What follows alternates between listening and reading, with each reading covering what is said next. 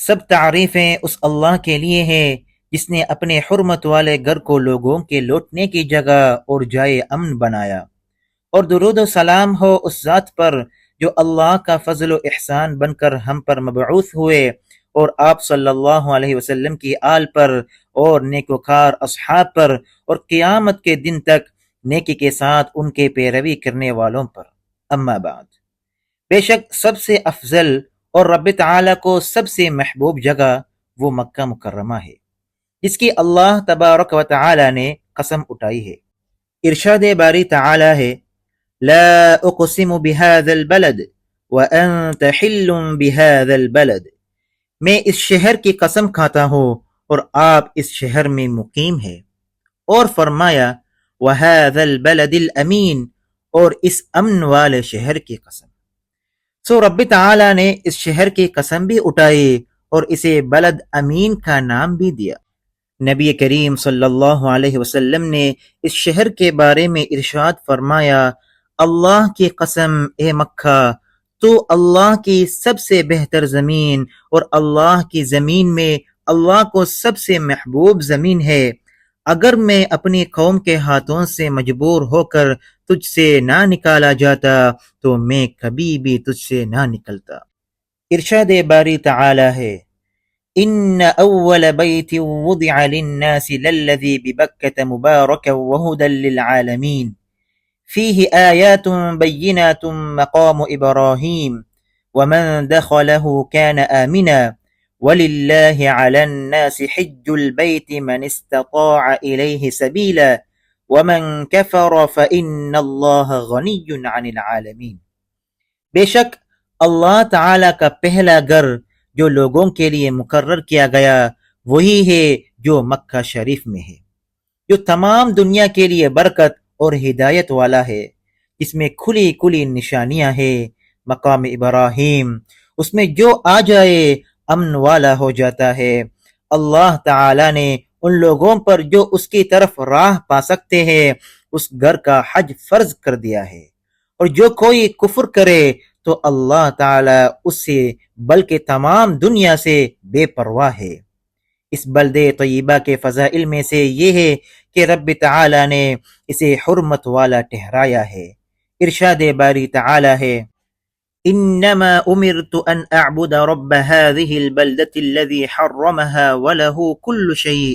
وامرت ان اكون من المسلمین۔ مجھے تو بس یہی حکم دیا گیا ہے کہ میں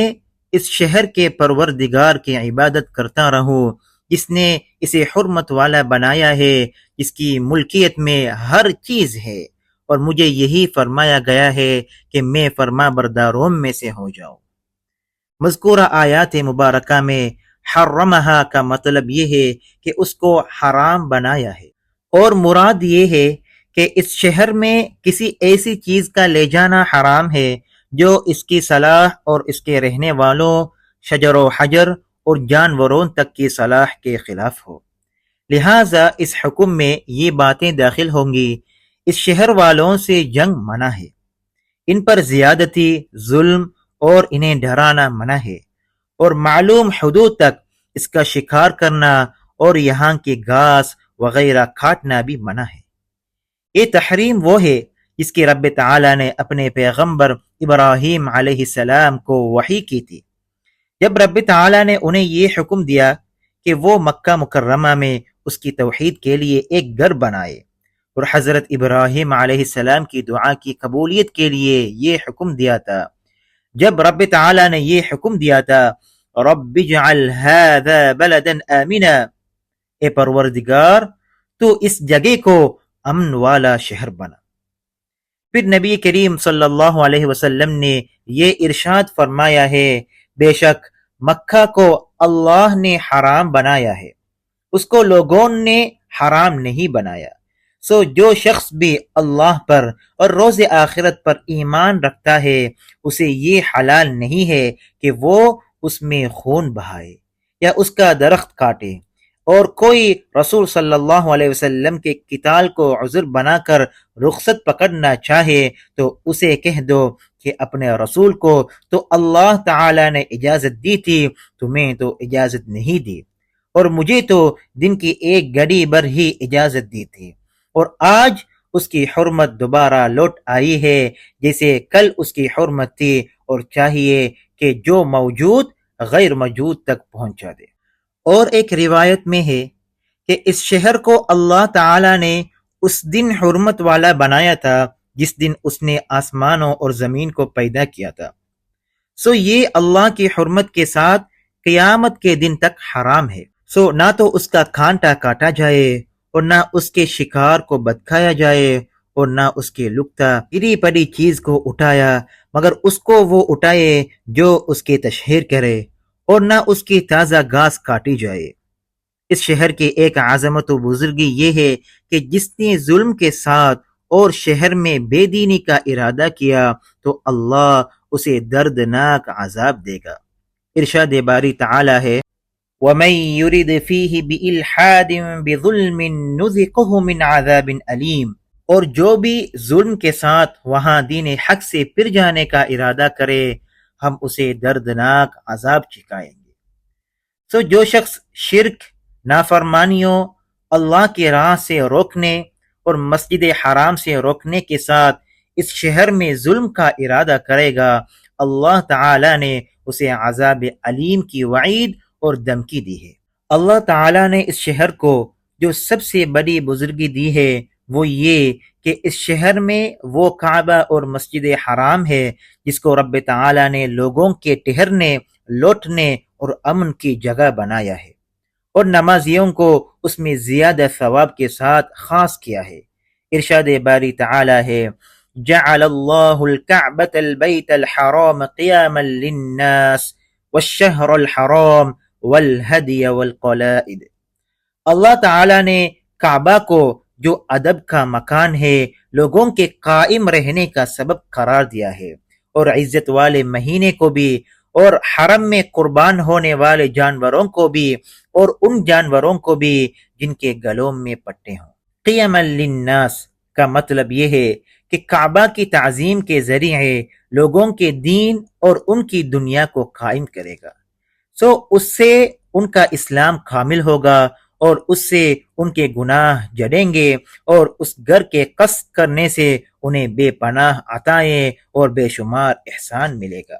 اسی کے سبب سے اموال خرچ کیے جاتے ہیں، اور اسی کی خاطر خطرات مول لیے جاتے ہیں، اور مسلمانوں کی ہر قوم کے لوگ اسی جگہ دور دراز کی مسافتوں سے جمع ہوتے ہیں، سو وہ ایک دوسرے سے تعارف حاصل کرتے ہیں، اور وہ ایک دوسرے کی مدد کرتے ہیں، اور مفادات عامہ کی بابت ایک دوسرے سے مشورے کرتے ہیں، اور دینی و دنیاوی مصالح و مفادات کے بارے میں باہم رابطے قائم ہوتے ہیں۔ ارشاد باری تعالی ہے، لِيَشْهَدُوا مَنَافِعَ لَهُمْ وَيَذْكُرُوا اسْمَ اللَّهِ فِي أَيَّامٍ مَّعْلُومَاتٍ عَلَى مَا رَزَقَهُم مِّن بَهِيمَةِ الْأَنْعَامِ، تاکہ وہ اپنے فائدے حاصل کرنے کو آ جائے اور ان مقرر دنوں میں اللہ کا نام یاد کرے ان چوپایوں پر جو پالتو ہے۔ اور فرمایا، وَإِذْ جَعَلْنَا الْبَيْتَ مَثَابَةً لِلنَّاسِ وَأَمْنًا وَاتَّخِذُوا مِن مَّقَامِ إِبْرَاهِيمَ مُصَلًّى وَعَهِدْنَا إِلَىٰ إِبْرَاهِيمَ وَإِسْمَاعِيلَ أَن طَهِّرَا بَيْتِيَ لِلطَّائِفِينَ وَالْعَاكِفِينَ وَالرُّكَّعِ السُّجُودِ۔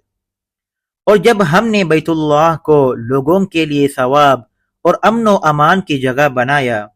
تم مقام ابراہیم کو جائے نماز مقرر کر لو، اور ہم نے ابراہیم اور اسماعیل سے وعدہ لیا کہ تم میرے گھر کو طواف کرنے والوں اور اعتکاف کرنے والوں اور رکوع سجدہ کرنے والوں کے لیے پاک صاف رکھو۔ مثابۃ للناس ہونے کا مطلب یہ ہے کہ اس کو ہم لوگوں کے اس کی طرف لوٹ لوٹ کر آنے کی جگہ اور مرجع بنائیں گے،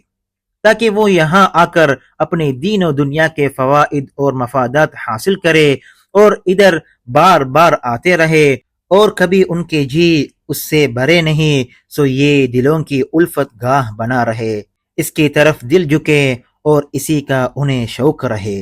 نبی کریم صلی اللہ علیہ وسلم کا ارشاد ہے، میری اس مسجد میں نماز دوسری مسجدوں سے 1000 گنا افضل ہے، سوائے مسجد حرام کے، اور مسجد حرام میں ایک نماز دوسری مسجدوں سے 1,00,000 گنا افضل ہے۔ تو اس پاکیزہ اور طیب شہر کی بابت اور اس میں موجود بیت اللہ المبارک کے بارے وارد یہ چند فضائل ہے۔ ہم رب تعالی سے دعا کرتے ہیں کہ وہ ہمیں اس کے حج کے سفر کی توفیق نصیب فرمائے اور اس کا بار بار عمرہ کرنے کی سعادت عطا فرمائے اور خیر اور نیک حال کے ساتھ یہ سب نصیب فرمائے۔ وآخر دعوانا ان الحمد للہ رب العالمین۔